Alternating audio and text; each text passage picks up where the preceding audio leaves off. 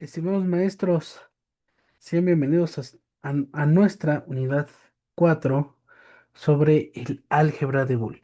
Y es como les comenté en la primera unidad que el álgebra de Boole es muy extenso. Necesitamos conocer algunas leyes, algunos teoremas, sus aplicaciones dentro del álgebra de Boole, cómo funcionan, dónde lo podemos aplicar, ¿verdad? Dónde podemos darle funcionamiento a este tipo de álgebra. Bueno, más que nada, este álgebra de Boole eh, obviamente surge de las matemáticas, pero surge de la necesidad de comprender el sistema de numeración binario y dentro de lo que es la lógica combinacional de las compuertas, ¿no? De las puertas lógicas. Esto nos trae sobre cómo está constituida el álgebra booleana a partir de las matemáticas cuando se da su, su prominente adentración de lo que es la computadora.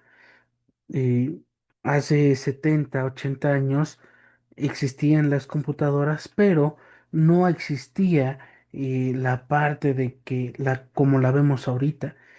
Una computadora era una máquina y funcionaba todavía con engranes, movía ciertos tipos de engranes y obviamente nos sacaba en una hoja perforada, una hoja impresa, habían perforaciones y eso podíamos distribuir, eh, que cuando había una perforación podría ser uno o cero y por medio de la lógica combinacional podríamos saber qué información teníamos, ¿verdad? El álgebra de Boole nos dice que es toda clase o conjunto de elementos que podemos tomar los dos valores principales del sistema de numeración binario, que es el cero y el uno. Esto, eh, dentro de del álgebra booleana, tenemos operaciones binarias denominadas suma y multiplicación o suma o adición y producto. Esto se asemeja mucho por el tipo de operaciones que hacemos en aritmética y en álgebra básica, ¿sí? Pero obviamente con las propiedades de Boole, con los elementos que tiene el álgebra booleana. Y aquí tenemos un ejemplo. Tenemos la primera propiedad que es la conmutativa, que igual tenemos una adición a más b y su resultado es b más a. El producto a por b y su resultado sería b por a, ¿sí? La asociativa, la distribuida de elemento neutro, la de elemento absorbente, la ley del complementario, la de idemponente, la simplificativa y el teorema de De Morgan. Dentro también del teorema de De Morgan es una demostración sobre ya la lógica combinacional que existe en los circuitos digitales. Esto, este teorema, más bien dicho, nos ayuda a comprender dentro de gráficamente de un circuito cómo está constituido matemáticamente este, este circuito combinatorio con el teorema de De Morgan. Em, Sus teoremas del álgebra de Boole y sus postulados nos dicen que bueno, su primer teorema nos dice que si la operación de la suma de y por el elemento que podría ser o que va a ser la entrada, va a tener un elemento de salida. Puede ser cero o uno o cero y uno. Esto se le llama dualidad. ¿Por qué? Porque posiblemente en vez de una entrada tengamos dos, o sea, podemos también comparar una entrada y va a haber una salida, pero en la dualidad, realmente su nombre lo dice, dual, dos, podemos tener dos entradas con una salida y eso producimos en el cual ambas entradas hacen esa operación de suma, de adición, pero como les digo, el estado en el que se encuentran esas dos entradas va a depender mucho, ¿sí? Y sobre todo el tipo de razonamiento que tenga este el eh, bueno, en este caso, el circuito. Vamos a ir viéndolo poco a poco. Em, el teorema 2 nos dice que para cada elemento A del álgebra de Boole se verifica A más uno es igual a uno y A por cero es igual a cero. Aquí es una racionalidad aritmética. Pero si lo pasamos a lo que es álgebra básica, A más uno, ¿cuánto nos daría?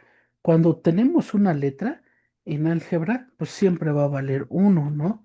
Eh, en ese caso. Pero aquí el resultado, o sea, la salida nos muestra uno nada más. Tenemos que saber en dónde acarrear ese bit que está ahí flotando, ¿sí? En este teorema de verificación se le llama el bit de acarreo. ¿Sí? ¿Para qué? Para que sepamos eh, en qué posición se va a poner el cero. Se va a poner a la izquierda o a la derecha. Eso todo, como les digo, en el teorema uno todo depende de sus entradas. El teorema 3 para verificar A más A y es igual a y A por A es igual a A. Mm, van a decir, no tiene lógica, pero eh, debemos de conocer los elementos que tengamos en, en la parte del circuito combinacional. Entonces, por ejemplo, el valor de A puede ser uno, ¿sí?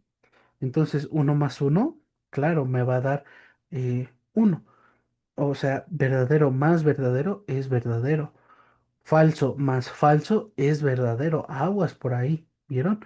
Entonces, cuando tenemos dos entradas diferentes, va a ser falso. Entonces, ahí tener esa lógica, tenemos que conocer todos esos teoremas, todas esas, esas leyes, tenemos que conocer las reglas del álgebra de Boole para poder interpretarlo de esta forma, ¿sí? Nuestro teorema 4, el teorema de asociativo, ¿sí? El teorema 6, donde verificamos. Ah, y esto es muy importante para no pasármela por alto. Eh, podemos ver cómo están estos circuitos, ¿sí? Cuando, ¿ya vieron? La palanquita en negro está levantada, es obvio. No hace contacto, no está cerrado el circuito. Al momento de que esa palanquita esté abajo, se cierra el circuito y pasa la información, o sea, pasa la corriente.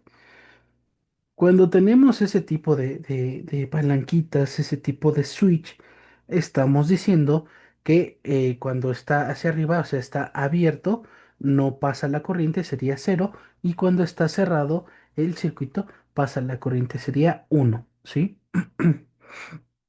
Aquí también, este sería el modo gráfico de los teoremas y las leyes booleanas dentro del teorema 7 con la ley de De Morgan. Em, vamos a conocerlo, espero que sí nos dé tiempo de conocer esto para poder tener en cuenta la definición de todos estos teoremas. y sus propiedades.